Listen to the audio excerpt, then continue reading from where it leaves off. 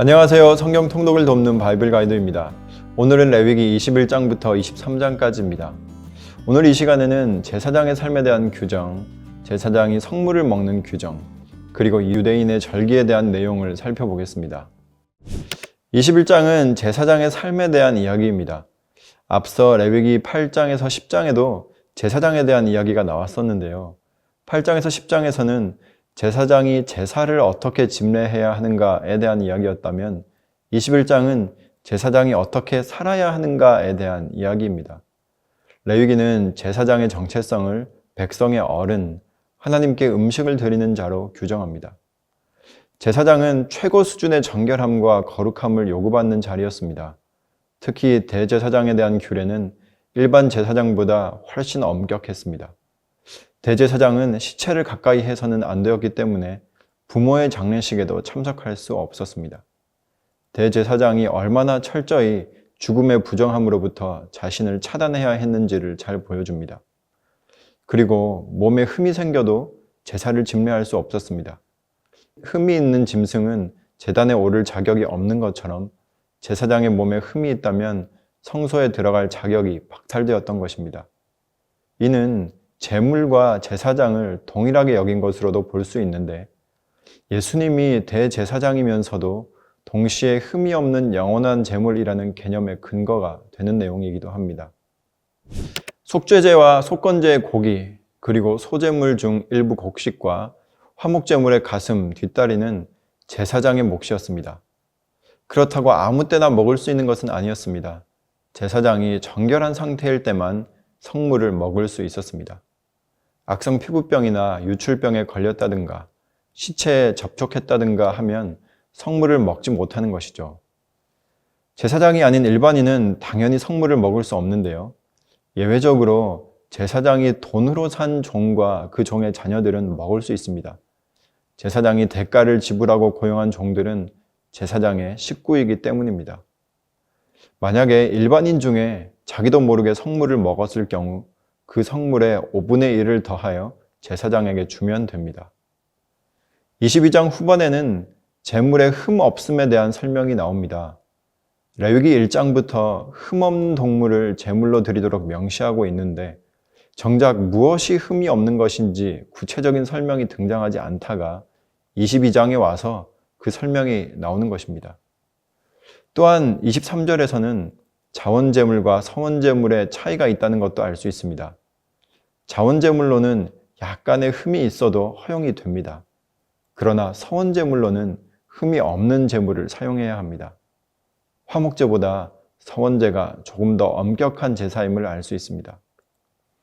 27, 28절에는 제물로 드려질 가축이 죽을 목숨이라고 해서 막대해서는 안 된다는 내용이 나옵니다.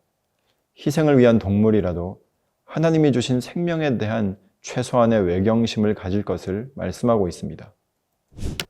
23장은 이스라엘의 절기법입니다. 이스라엘의 절기는 1월부터 3월 그리고 7월에 몰려 있는데요. 이렇게 정리해 볼 수 있습니다. 6월절, 77절, 초막절이 뼈대라고 먼저 생각하시면 됩니다. 6월절, 무교절, 초실절이 한 그룹이고 77절, 오순절, 맥추절이 또 한 그룹입니다. 그리고 초막절, 수장절, 나팔절이 한 그룹입니다. 6월절 그룹에 속하는 무교절은 6월절로부터 7일 동안 무교병을 먹으며 지키는 절기이고 초실절은 무교절의 첫 안식일 다음 날입니다. 보리의 첫 수확물을 하나님께 드리는 절기가 초실절입니다. 그 다음으로 77절 그룹이 나옵니다. 초실절로부터 49일을 계수한 뒤 그 이튿날 안식일에 77절을 지킵니다. 두 번째 수확물을 드리는 날인데요. 초실절이 보리 수확물을 드리는 날이었다면 77절은 밀 수확물을 드리는 날입니다. 이 77절을 오순절이라고도 부릅니다. 그리고 맥추절은 77절의 또 다른 이름인데요. 다만 초기 한글 번역상의 미흡함으로 밀이 아닌 보리 맥자를 사용하여 약간의 오해의 소지가 있긴 합니다. 어쨌든 77절, 오순절, 맥추절은 같은 절기입니다. 마지막으로 초막절 그룹인데요. 초막절의 선언과도 같은 나팔절이 7월 1일입니다. 이 나팔절은 한 해의 추수를 마무리하고 양력으로는 새로운 한 해를 시작하는 날입니다. 이 나팔절로부터 보름이 지난 7월 15일이 수장절입니다. 말 그대로 추수한 곡식을 저장하고는 하나님께 감사를 드리는 날입니다. 또한 그들은 이 수장절과 초막절을 동시에 지켰습니다. 광야를 회상하며 하나님의 은혜를 기억하면서 7일간 초막을 짓고 그 안에서 생활한 것이죠. 추수감사와 동시에 광야의 은혜를 기억하는 절기입니다. 구약에 나오는 이스라엘의 절기를 아는 것은 신약에 나오는 중요한 사건들의 의미를 이해하는 데 도움이 됩니다. 유월절의 제물로 십자가에서 돌아가신 예수님은 안식 후 첫날 부활하셨습니다. 바울은 이 예수님의 부활을 가리켜 잠자는 자들의 첫 열매라고 하면서 초실절과 연결시켰습니다. 그리고 이 초실절, 이 부활절로부터 50일이 되는 날에 성령 강림 사건이 일어납니다. 유대절기로는 77절인데요.